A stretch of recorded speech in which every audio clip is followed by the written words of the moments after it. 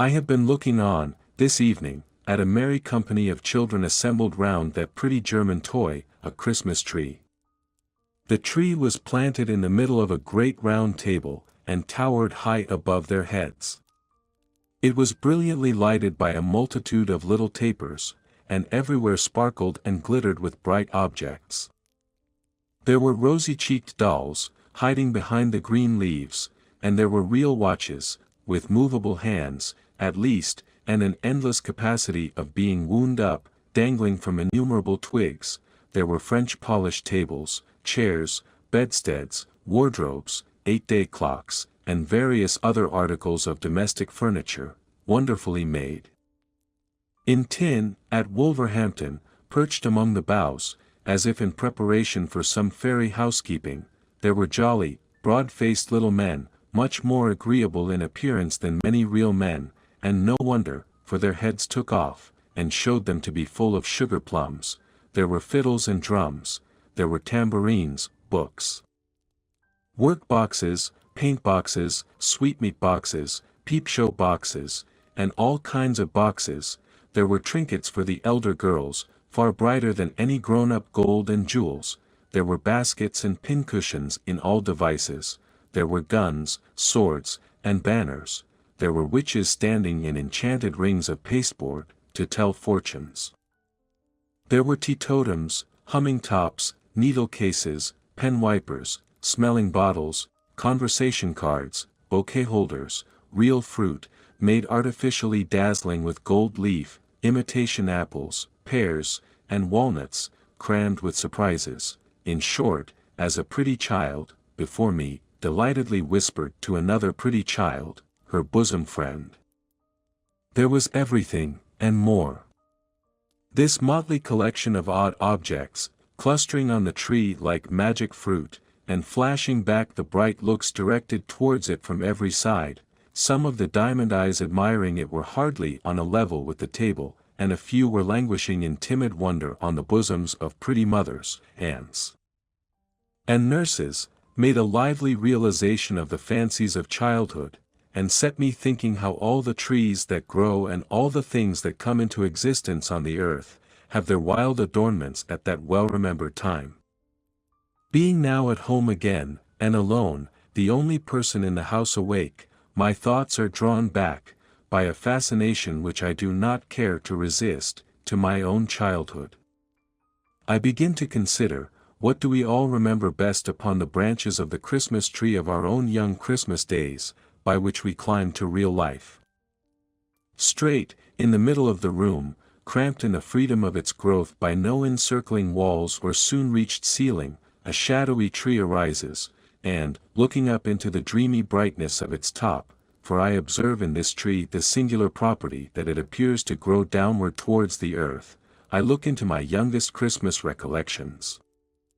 All toys at first, I find. Up yonder, among the green holly and red berries, is the tumbler with his hands in his pockets, who wouldn't lie down, but whenever he was put upon the floor, persisted in rolling his fat body about, until he rolled himself still, and brought those lobster eyes of his to bear upon me, when I affected to laugh very much. But in my heart of hearts was extremely doubtful of him.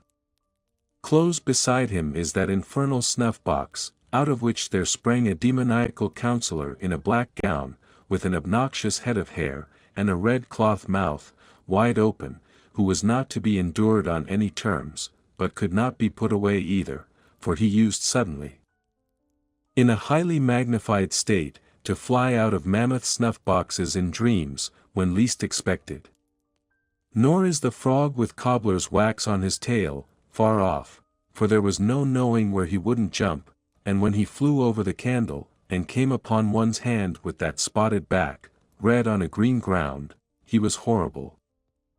The cardboard lady in a blue silk skirt, who was stood up against the candlestick to dance, and whom I see on the same branch, was milder, and was beautiful, but I can't say as much for the larger cardboard man, who used to be hung against the wall and pulled by a string. There was a sinister expression in that nose of his. And when he got his legs round his neck, which he very often did, he was ghastly, and not a creature to be alone with. When did that dreadful mask first look at me? Who put it on, and why was I so frightened at the sight of it? Is an era in my life. It is not a hideous visage in itself, it is even meant to be droll. Why then were its stolid features so intolerable? Surely not because it hid the wearer's face. An apron would have done as much, and though I should have preferred even the apron away, it would not have been absolutely insupportable, like the mask. Was it the immovability of the mask? The doll's face was immovable, but I was not afraid of her. Perhaps that fixed and set change coming over a real face, infused into my quickened heart some remote suggestion and dread of the universal change that is to come on every face, and make it still. Nothing reconciled me to it. No drummers, from whom proceeded a melancholy chirping on the turning of a handle, no regiment of soldiers, with a mute band, taken out of a box, and fitted, one by one, upon a stiff and lazy little set of lazy tongs, no old woman, made of wires and a brown paper composition, cutting up a pie for 2 small children, could give me a permanent comfort, for a long time. Nor was it any satisfaction to be shown the mask, and see that it was made of paper, or to have it locked up and be assured that no one wore it. The mere recollection of that fixed face, the mere knowledge of its existence anywhere, was sufficient to awake me in the night all perspiration and horror, with, "Oh, I know it's coming. Oh, the mask." I never wondered what the dear old donkey with the panniers, there he is, was made of, then. His hide was real to the touch, I recollect. And the great black horse with the round red spots all over him, the horse that I could even get upon, I never wondered what had brought him to that strange condition, or thought that such a horse was not commonly seen at Newmarket.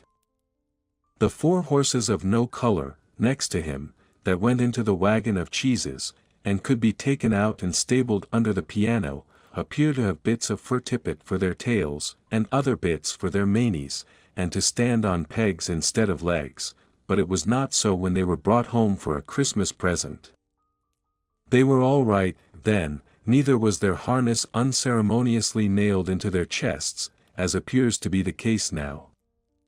The tinkling works of the music cart, I did find out, to be made of quill toothpicks and wire, and I always thought that little tumbler in his shirt sleeves, perpetually swarming up one side of a wooden frame, and coming down, head foremost, on the other, rather a weak-minded person, though good-natured, but the Jacob's ladder, next him, made of little squares of red wood, that went flapping and clattering over one another, each developing a different picture, and the whole enlivened by small bells, was a mighty marvel and a great delight.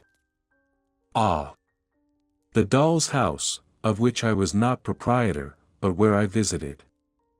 I don't admire the Houses of Parliament half so much as that stone-fronted mansion with real glass windows, and doorsteps, and a real balcony, greener than I ever see now, except at watering places, and even they afford but a poor imitation. And though it did open all at once, the entire house front, which was a blow, I admit, as cancelling the fiction of a staircase, it was but to shut it up again, and I could believe. Even open, there were 3 distinct rooms in it, a sitting room and bedroom, elegantly furnished, and best of all, a kitchen, with uncommonly soft fire irons, a plentiful assortment of diminutive utensils, oh, the warming pan, and a tin man cook in profile, who was always going to fry 2 fish. What Barmecide justice have I done to the noble feasts wherein the set of wooden platters figured, each with its own peculiar delicacy, as a ham or turkey, glued tight onto it, and garnished with something green, which I recollect as moss.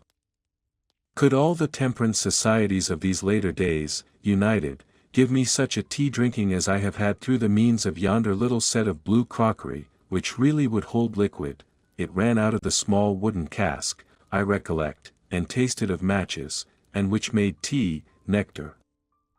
And if the 2 legs of the ineffectual little sugar tongs did tumble over one another, and want purpose, like Punch's hands, what does it matter? And if I did once shriek out, as a poisoned child, and strike the fashionable company with consternation, by reason of having drunk a little teaspoon, inadvertently dissolved in too hot tea, I was never the worse for it, except by a powder. Upon the next branches of the tree, lower down, hard by the green roller and miniature gardening tools, how thick the books begin to hang. Thin books, in themselves, at first, but many of them, and with deliciously smooth covers of bright red or green. What fat black letters to begin with! A was an archer, and shot at a frog. Of course he was. He was an apple pie also, and there he is. He was a good many things in his time, was A, and so were most of his friends, except X, who had so little versatility, that I never knew him to get beyond Xerxes or Xantip, like Y, who was always confined to a yacht or a yew tree, and Z condemned forever to be a zebra or a zany. But, now, the very tree itself changes, and becomes a beanstalk, the marvelous beanstalk up which Jack climbed to the giant's house. And now, those dreadfully interesting, double-headed giants, with their clubs over their shoulders, begin to stride along the boughs in a perfect throng, dragging knights and ladies home for dinner by the hair of their heads. And Jack, how noble, with his sword of sharpness, and his shoes of swiftness. Again those old meditations come upon me as I gaze up at him, and I debate within myself whether there was more than one Jack, which I am loath to believe possible, or only one genuine original admirable Jack, who achieved all the recorded exploits. Good for Christmas time is the ruddy color of the cloak, in which, the tree making a forest of itself for her to trip through, with her basket, Little Red Riding Hood comes to me one Christmas Eve to give me information of the cruelty and treachery of that dissembling wolf who ate her grandmother, without making any impression on his appetite. And then ate her, after making that ferocious joke about his teeth. She was my first love. I felt that if I could have married Little Red Riding Hood, I should have known perfect bliss. But it was not to be, and there was nothing for it but to look out the wolf in the Noah's Ark there, and put him late in the procession on the table, as a monster who was to be degraded. Oh, the wonderful Noah's Ark! It was not found seaworthy when put in a washing tub, and the animals were crammed in at the roof, and needed to have their legs well shaken down before they could be got in, even there, and then, 10 to 1 but they began to tumble out at the door, which was but imperfectly fastened with a wire latch. But what was that against it? Consider the noble fly, a size or two smaller than the elephant, the ladybird, the butterfly, all triumphs of art. Consider the goose, whose feet were so small, and whose balance was so indifferent, that he usually tumbled forward, and knocked down all the animal creation. Consider Noah and his family, like idiotic tobacco stoppers, and how the leopard stuck to warm little fingers, and how the tails of the larger animals used gradually to resolve themselves into frayed bits of string. Hush! Again a forest, and somebody up in a tree, not Robin Hood, not Valentine, not the yellow dwarf, I have passed him in all Mother Bunch's wonders, without mention, but an Eastern king with a glittering scimitar and turban. By Allah! 2 Eastern kings, for I see another, looking over his shoulder. Down upon the grass, at the tree's foot, lies the full length of a coal-black giant, stretched asleep, with his head in a lady's lap, and near them is a glass box, fastened with 4 locks of shining steel, in which he keeps the lady prisoner when he is awake. I see the 4 keys at his girdle now. The lady makes signs to the 2 kings in the tree, who softly descend. It is the setting in of the bright Arabian Nights. Oh, now all common things become uncommon and enchanted to me. All lamps are wonderful, all rings are talismans. Common flower pots are full of treasure, with a little earth scattered on the top, trees are for Ali Baba to hide in, beefsteaks are to throw down into the valley of diamonds, that the precious stones may stick to them, and be carried by the eagles to their nests, whence the traders, with loud cries, will scare them. Tarts are made, according to the recipe of the vizier's son of Bassora, who turned pastry cook after he was set down in his drawers at the gate of Damascus. Cobblers are all Mustafas, and in the habit of sewing up people cut into 4 pieces, to whom they are taken blindfold. Any iron ring let into stone is the entrance to a cave which only waits for the magician, and the little fire, and the necromancy, that will make the earth shake. All the dates imported come from the same tree as that unlucky date, with whose shell the merchant knocked out the eye of the genie's invisible son.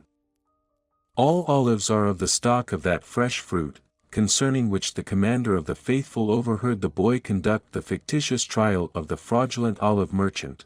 All apples are akin to the apple purchased, with 2 others, from the Sultan's gardener for 3 sequins, and which the tall black slave stole from the child. All dogs are associated with the dog, really a transformed man, who jumped upon the baker's counter, and put his paw on the piece of bad money. All rice recalls the rice which the awful lady, who was a gull, could only peck by grains, because of her nightly feasts in the burial place. My very rocking horse, there he is, with his nostrils turned completely inside out, indicative of blood, should have a peg in his neck, by virtue thereof to fly away with me, as the wooden horse did with the Prince of Persia, in the sight of all his father's court. Yes, on every object that I recognize among those upper branches of my Christmas tree, I see this fairy light. When I wake in bed, at daybreak, on the cold, dark, winter mornings, the white snow dimly beheld, outside, through the frost on the window pane, I hear Dinarzade. Sister, sister, if you are yet awake, I pray you finish the history of the young king of the Black Islands.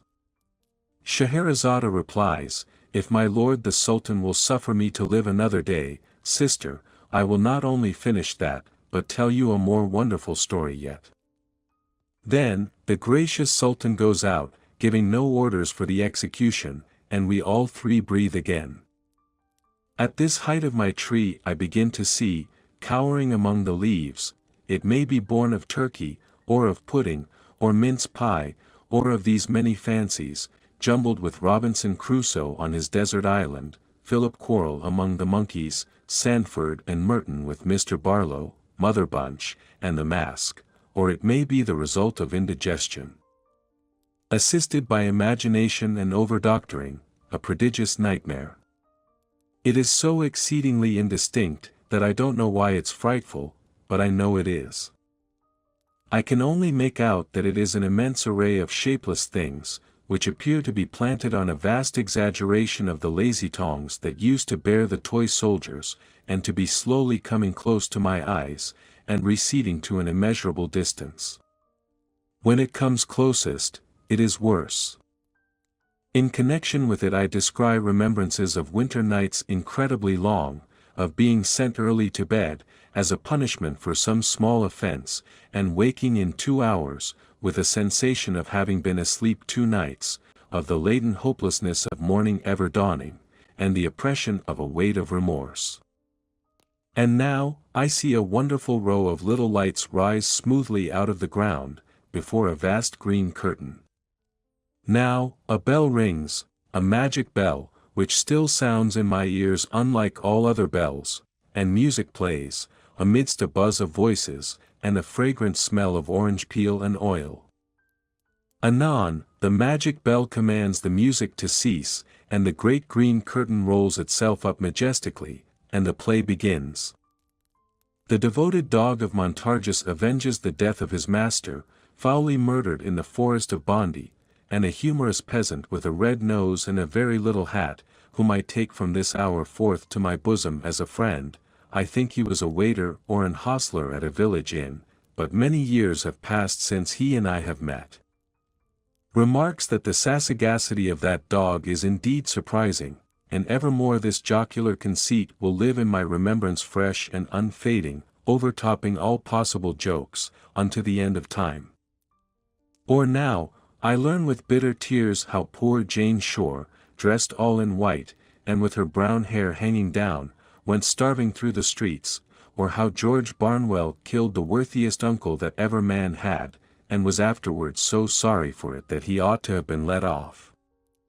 Comes swift to comfort me, the pantomime, stupendous phenomenon, when clowns are shot from loaded mortars into the great chandelier, bright constellation that it is, when harlequins, covered all over with scales of pure gold, twist and sparkle, like amazing fish. When Pantaloon, whom I deem it no irreverence to compare in my own mind to my grandfather, puts red-hot pokers in his pocket, and cries, "Here's somebody coming," or taxes the clown with petty larceny, by saying, "Now, I saw'd you do it." When everything is capable, with the greatest ease, of being changed into anything, and nothing is, but thinking makes it so. Now, too, I perceive my first experience of the dreary sensation, often to return in after life, of being unable, next day, to get back to the dull, settled world, of wanting to live for ever in the bright atmosphere I have quitted, of doting on the little fairy, with the wand like a celestial barber's pole, and pining for a fairy immortality along with her. Ah, she comes back, in many shapes, as my eye wanders down the branches of my Christmas tree, and goes as often, and has never yet stayed by me. Out of this delight springs the toy theatre. There it is, with its familiar proscenium, and ladies in feathers, in the boxes, and all its attendant occupation with paste and glue, and gum, and water-colors, in the getting up of the miller and his men, and Elizabeth, or the exile of Siberia. In spite of a few besetting accidents and failures, particularly an unreasonable disposition in the respectable Kelmar, and some others, to become faint in the legs, and double up, at exciting points of the drama, a teeming world of fancies so suggestive and all-embracing, that, far below it on my Christmas tree, I see dark, dirty, real theatres in the daytime, adorned with these associations as with the freshest garlands of the rarest flowers, and charming me yet. But hark! The waits are playing, and they break my childish sleep. What images do I associate with the Christmas music as I see them set forth on the Christmas tree? Known before all the others, keeping far apart from all the others, they gather round my little bed. An angel, speaking to a group of shepherds in a field, some travelers, with eyes uplifted, following a star, a baby in a manger, a child in a spacious temple, talking with grave men, a solemn figure, with a mild and beautiful face, raising a dead girl by the hand, again, near a city gate, calling back the son of a widow, on his bier, to life.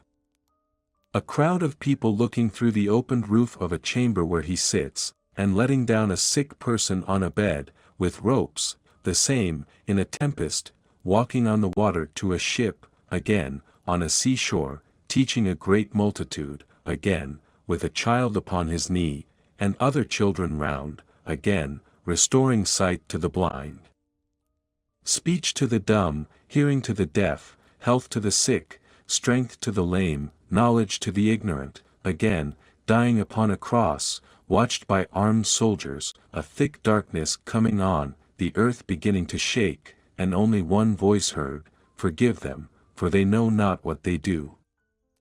Still, on the lower and maturer branches of the tree, Christmas associations cluster thick.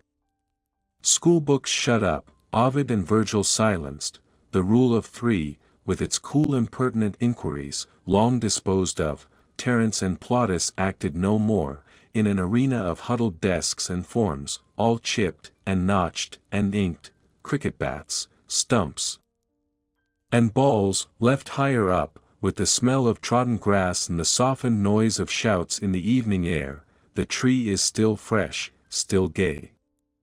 If I no more come home at Christmas time, there will be boys and girls, thank heaven, while the world lasts, and they do. Yonder they dance and play upon the branches of my tree, God bless them, merrily, and my heart dances and plays too. And I do come home at Christmas. We all do, or we all should. We all come home, or ought to come home, for a short holiday, the longer, the better, from the great boarding school, where we are forever working at our arithmetical slates, to take, and give a rest. As to going a-visiting, where can we not go, if we will, where have we not been, when we would, starting our fancy from our Christmas tree, away into the winter prospect. There are many such upon the tree. On, by low-lying, misty grounds, through fens and fogs, up long hills, winding dark as caverns between thick plantations, almost shutting out the sparkling stars, so, out on broad heights, until we stop at last, with sudden silence, at an avenue. The gate bell has a deep, half-awful sound in the frosty air, the gate swings open on its hinges, and, as we drive up to a great house, the glancing lights grow larger in the windows, and the opposing rows of trees seem to fall solemnly back on either side, to give us place. At intervals, all day, a frightened hare has shot across this whitened turf, or the distant clatter of a herd of deer trampling the hard frost, has, for the minute, crushed the silence too. Their watchful eyes beneath the fern may be shining now, if we could see them, like the icy dewdrops on the leaves, but they are still, and all is still. And so, the lights growing larger, and the trees falling back before us, and closing up again behind us, as if to forbid retreat, we come to the house. There is probably a smell of roasted chestnuts and other good comfortable things all the time, for we are telling winter stories, ghost stories, or more shame for us, round the Christmas fire, and we have never stirred, except to draw a little nearer to it. But, no matter for that. We came to the house, and it is an old house, full of great chimneys where wood is burnt on ancient dogs upon the hearth, and grim portraits, some of them with grim legends, too, lower distrustfully from the oaken panels of the walls. We are a middle-aged nobleman, and we make a generous supper with our host and hostess and their guests, it being Christmas time, and the old house full of company, and then we go to bed. Our room is a very old room. It is hung with tapestry. We don't like the portrait of a cavalier in green, over the fireplace. There are great black beams in the ceiling, and there is a great black bedstead, supported at the foot by two great black figures, who seem to have come off a couple of tombs in the old baronial church in the park, for our particular accommodation. But, we are not a superstitious nobleman, and we don't mind. Well, we dismiss our servant, lock the door, and sit before the fire in our dressing gown, musing about a great many things. At length we go to bed. Well, we can't sleep. We toss and tumble, and can't sleep. The embers on the hearth burn fitfully and make the room look ghostly. We can't help peeping out over the counterpane, at the two black figures and the cavalier, that wicked-looking cavalier, in green. In the flickering light they seem to advance and retire, which, though we are not by any means a superstitious nobleman, is not agreeable. Well, we get nervous, more and more nervous. We say, this is very foolish, but we can't stand this, we'll pretend to be ill, and knock up somebody. Well, we are just going to do it, when the locked door opens, and there comes in a young woman, deadly pale, and with long fair hair, who glides to the fire, and sits down in the chair we have left there, wringing her hands. Then, we notice that her clothes are wet. Our tongue cleaves to the roof of our mouth, and we can't speak, but, we observe her accurately. Her clothes are wet, her long hair is dabbled with moist mud, she is dressed in the fashion of 200 years ago, and she has at her girdle a bunch of rusty keys. Well, there she sits, and we can't even faint, we are in such a state about it. Presently she gets up, and tries all the locks in the room with the rusty keys, which won't fit one of them. Then, she fixes her eyes on the portrait of the cavalier in green, and says, in a low, terrible voice, "The stags know it." After that, she wrings her hands again, passes the bedside, and goes out at the door. We hurry on our dressing gown, seize our pistols, we always travel with pistols, and are following, when we find the door locked. We turn the key, look out into the dark gallery, no one there. We wander away, and try to find our servant. Can't be done. We pace the gallery till daybreak, then return to our deserted room, fall asleep, and are awakened by our servant. Nothing ever haunts him, and the shining sun. Well, we make a wretched breakfast, and all the company say we look queer. After breakfast, we go over the house with our host, and then we take him to the portrait of the cavalier in green, and then it all comes out. He was false to a young housekeeper once attached to that family, and famous for her beauty, who drowned herself in a pond, and whose body was discovered, after a long time, because the stags refused to drink of the water.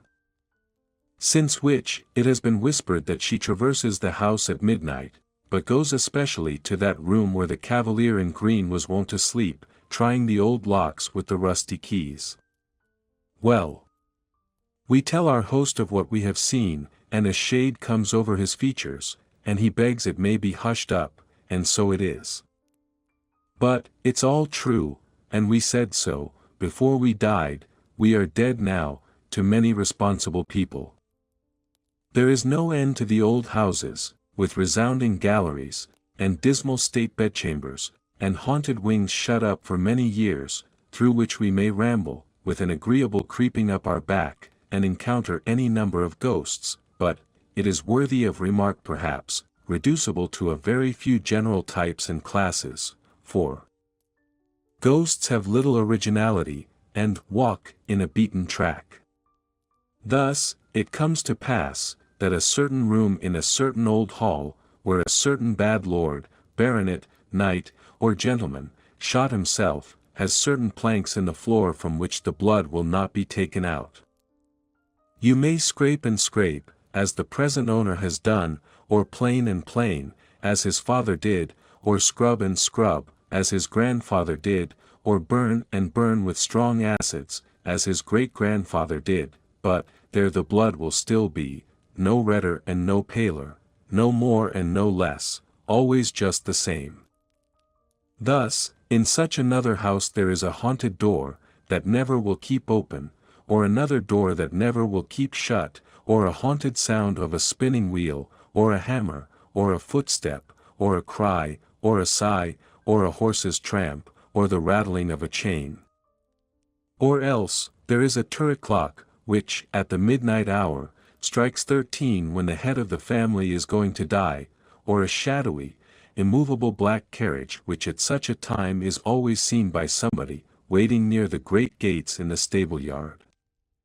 Or thus, it came to pass how Lady Mary went to pay a visit at a large wild house in the Scottish Highlands, and, being fatigued with her long journey, retired to bed early, and innocently said, next morning, at the breakfast table, "How odd, to have so late a party last night, in this remote place, and not to tell me of it, before I went to bed." Then, every one asked Lady Mary what she meant. Then, Lady Mary replied, "Why, all night long, the carriages were driving round and round the terrace, underneath my window." Then, the owner of the house turned pale, and so did his lady, and Charles MacDoodle of MacDoodle signed to Lady Mary to say no more, and every one was silent.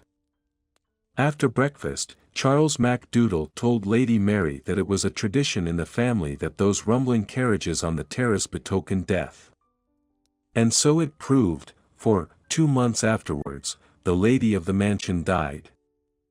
And Lady Mary, who was a maid of honor at court, often told this story to the old Queen Charlotte, by this token that the old king always said,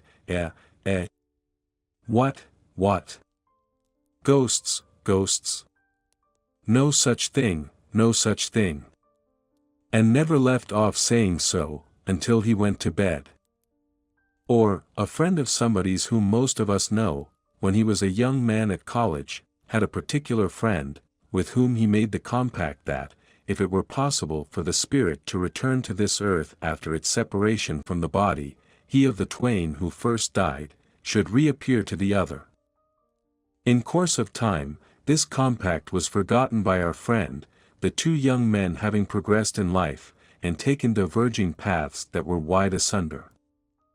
But, one night, many years afterwards, our friend being in the north of England, and staying for the night in an inn, on the Yorkshire moors, happened to look out of bed, and there, in the moonlight, leaning on a bureau near the window, steadfastly regarding him, saw his old college friend. The appearance being solemnly addressed, replied, in a kind of whisper, but very audibly, "Do not come near me. I am dead. I am here to redeem my promise. I come from another world, but may not disclose its secrets." Then, the whole form becoming paler, melted, as it were, into the moonlight, and faded away. Or, there was the daughter of the first occupier of the picturesque Elizabethan house, so famous in our neighborhood. You have heard about her? No. Why, she went out one summer evening at twilight, when she was a beautiful girl, just 17 years of age, to gather flowers in the garden, and presently came running, terrified, into the hall to her father, saying, "Oh, dear father, I have met myself." He took her in his arms, and told her it was fancy, but she said, "Oh no. I met myself in the broad walk, and I was pale and gathering withered flowers, and I turned my head, and held them up." And, that night, she died, and a picture of her story was begun, though never finished, and they say it is somewhere in the house to this day, with its face to the wall. Or, the uncle of my brother's wife was riding home on horseback, one mellow evening at sunset, when, in a green lane close to his own house, he saw a man standing before him, in the very center of a narrow way. "Why does that man in the cloak stand there?" he thought. "Does he want me to ride over him?" But the figure never moved. He felt a strange sensation at seeing it so still, but slackened his trot and rode forward. When he was so close to it, as almost to touch it with his stirrup, his horse shied, and the figure glided up the bank, in a curious, unearthly manner, backward, and without seeming to use its feet, and was gone. The uncle of my brother's wife, exclaiming, "Good heaven! It's my cousin Harry, from Bombay," put spurs to his horse, which was suddenly in a profuse sweat, and, wondering at such strange behavior, dashed round to the front of his house. There, he saw the same figure, just passing in at the long French window of the drawing-room, opening on the ground. He threw his bridle to a servant, and hastened in after it. His sister was sitting there, alone. "Alice, where's my cousin Harry?" "Your cousin Harry, John?" "Yes. From Bombay. I met him in the lane just now, and saw him enter here, this instant." Not a creature had been seen by any one, and in that hour and minute, as it afterwards appeared, this cousin died in India. Or, it was a certain sensible old maiden lady, who died at 99, and retained her faculties to the last, who really did see the orphan boy, a story which has often been incorrectly told, but, of which the real truth is this, because it is, in fact, a story belonging to our family, and she was a connection of our family. When she was about 40 years of age, and still an uncommonly fine woman, her lover died young, which was the reason why she never married, though she had many offers. She went to stay at a place in Kent, which her brother, an Indian merchant, had newly bought. There was a story that this place had once been held in trust by the guardian of a young boy, who was himself the next heir, and who killed the young boy by harsh and cruel treatment. She knew nothing of that. It has been said that there was a cage in her bedroom in which the guardian used to put the boy. There was no such thing. There was only a closet. She went to bed, made no alarm whatever in the night, and in the morning said composedly to her maid when she came in, "Who is the pretty forlorn-looking child who has been peeping out of that closet all night?" The maid replied by giving a loud scream, and instantly decamping. She was surprised, but she was a woman of remarkable strength of mind, and she dressed herself and went downstairs, and closeted herself with her brother. "Now, Walter," she said, "I have been disturbed all night by a pretty, forlorn-looking boy, who has been constantly peeping out of that closet in my room, which I can't open. This is some trick." "I am afraid not, Charlotte," said he, "for it is the legend of the house. It is the orphan boy." "What did he do?" "He opened the door softly," said she, "and peeped out. Sometimes, he came a step or two into the room. Then, I called to him, to encourage him, and he shrunk, and shuddered, and crept in again, and shut the door." "The closet has no communication, Charlotte," said her brother, "with any other part of the house, and it's nailed up." This was undeniably true, and it took 2 carpenters a whole forenoon to get it open, for examination. Then, she was satisfied that she had seen the orphan boy. But, the wild and terrible part of the story is, that he was also seen by 3 of her brother's sons, in succession, who all died young. On the occasion of each child being taken ill, he came home in a heat, 12 hours before, and said, "Oh, Mamma, he had been playing under a particular oak tree, in a certain meadow, with a strange boy, a pretty, forlorn-looking boy, who was very timid, and made signs." From fatal experience, the parents came to know that this was the orphan boy, and that the course of that child whom he chose for his little playmate was surely run. Legion is the name of the German castles, where we sit up alone to wait for the spectre, where we are shown into a room, made comparatively cheerful for our reception, where we glance round at the shadows, thrown on the blank walls by the crackling fire, where we feel very lonely when the village innkeeper and his pretty daughter have retired. After laying down a fresh store of wood upon the hearth, and setting forth on the small table such supper cheer as a cold roast capon, bread, grapes, and a flask of old Rhine wine, where the reverberating doors close on their retreat, one after another, like so many peals of sullen thunder, and where, about the small hours of the night, we come into the knowledge of divers supernatural mysteries. Legion is the name of the haunted German students, in whose society we draw yet nearer to the fire, while the schoolboy in the corner opens his eyes wide and round, and flies off the footstool he has chosen for his seat, when the door accidentally blows open. Vast is the crop of such fruit, shining on our Christmas tree, in blossom, almost at the very top, ripening all down the boughs. Among the later toys and fancies hanging there, as idle often and less pure, be the images once associated with the sweet old waits, the softened music in the night, ever unalterable. Encircled by the social thoughts of Christmas time, still let the benignant figure of my childhood stand unchanged. In every cheerful image and suggestion that the season brings, may the bright star that rested above the poor roof, be the star of all the Christian world. A moment's pause, O vanishing tree, of which the lower boughs are dark to me as yet, and let me look once more. I know there are blank spaces on thy branches, where eyes that I have loved have shone and smiled, from which they are departed. But, far above, I see the razor of the dead girl, and the widow's son, and God is good.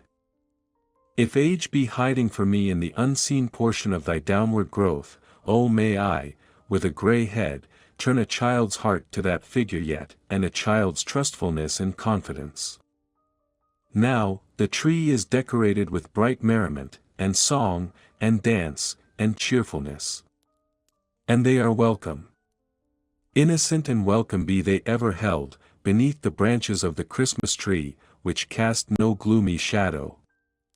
But, as it sinks into the ground, I hear a whisper going through the leaves. This, in commemoration of the law of love and kindness, mercy and compassion.